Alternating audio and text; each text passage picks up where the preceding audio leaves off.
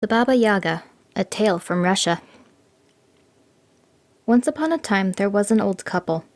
The husband lost his wife and married again. But he had a daughter by the first marriage, a young girl, and she found no favor in the eyes of her evil stepmother, who used to beat her and consider how she could get her killed outright. One day the father went away somewhere or another, so the stepmother said to the girl, "Go to your aunt, my sister, and ask her for a needle and thread to make you a shift." Now that aunt was a Baba Yaga. Well, the girl was no fool, so she went to the real aunt of hers first, and says she, "Good morning, auntie." "Good morning, my dear. What have you come for?" "Mother has sent me to her sister to ask for a needle and thread to make me a shift." Then her aunt instructed her what to do. "There is a birch tree there, niece, which would hit you in the eye. You must tie a ribbon round it. There are doors which would creak and bang. You must pour oil on their hinges.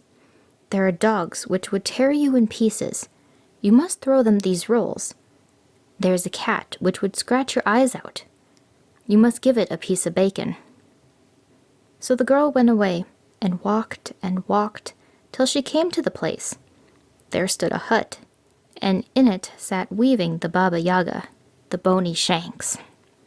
"Good morning, auntie," said the girl. "Good morning, my dear," replied the Baba Yaga.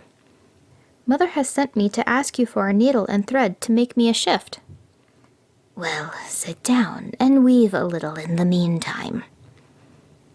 So the girl sat down behind the loom, and the Baba Yaga went outside and said to her servant maid, "Go and heat the bath and get my niece washed, and mind you look sharp after her. I want to breakfast off her." Well, the girl sat there in such a fright that she was as much dead as alive.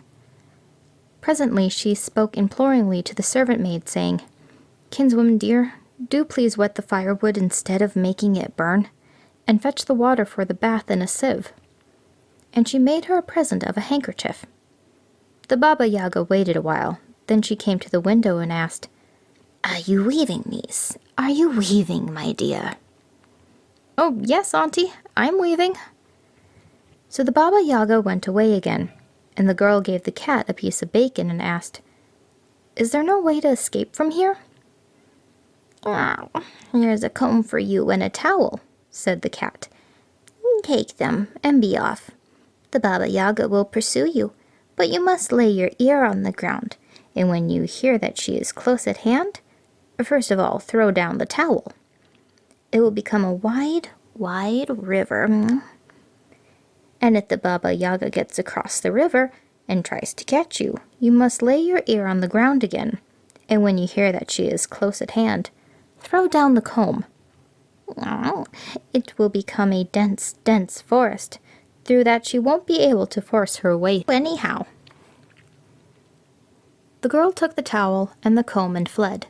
The dogs would have rent her, but she threw them the rolls, and they let her go by. The doors would have begun to bang, but she poured oil on their hinges, and they let her pass through. The birch tree would have poked her eyes out, but she tied the ribbon around it, and it let her pass.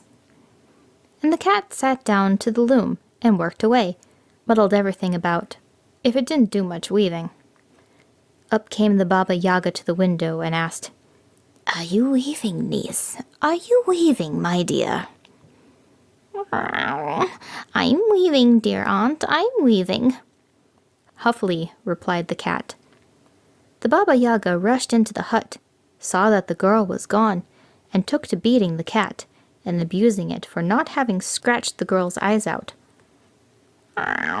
"Long as I've served you," said the cat, "you've never given me as much as a bone, but she gives me bacon."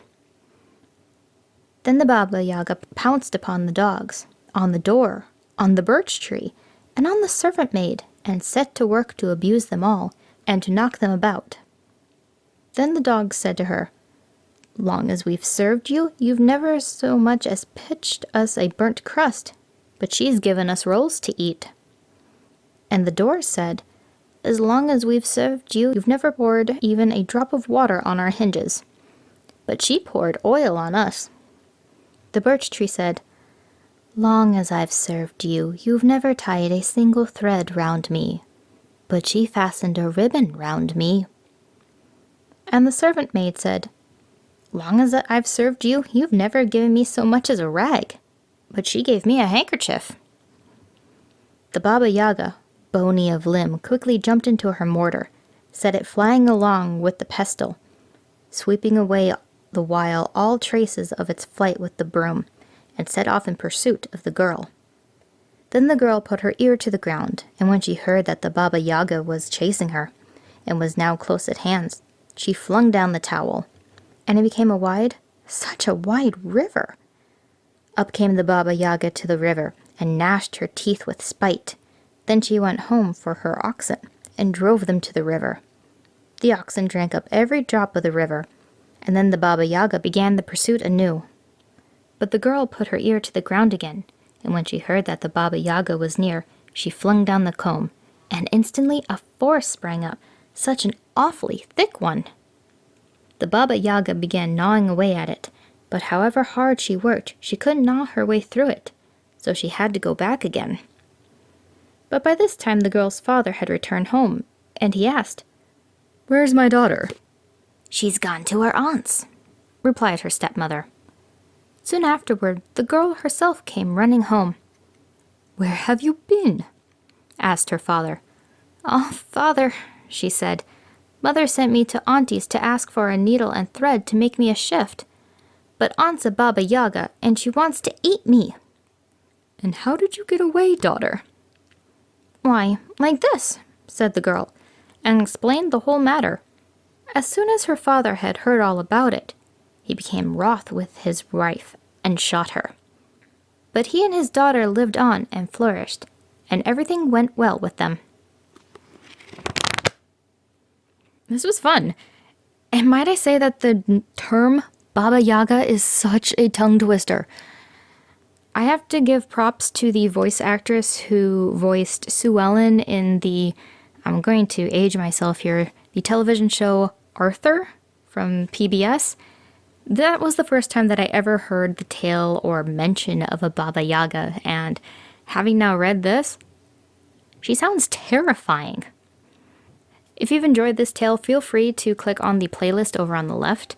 It's everything that I've done up until now, and more than likely, you'll find something that you enjoy. I'm Sen. I'll see you next week with another tale. Until next time.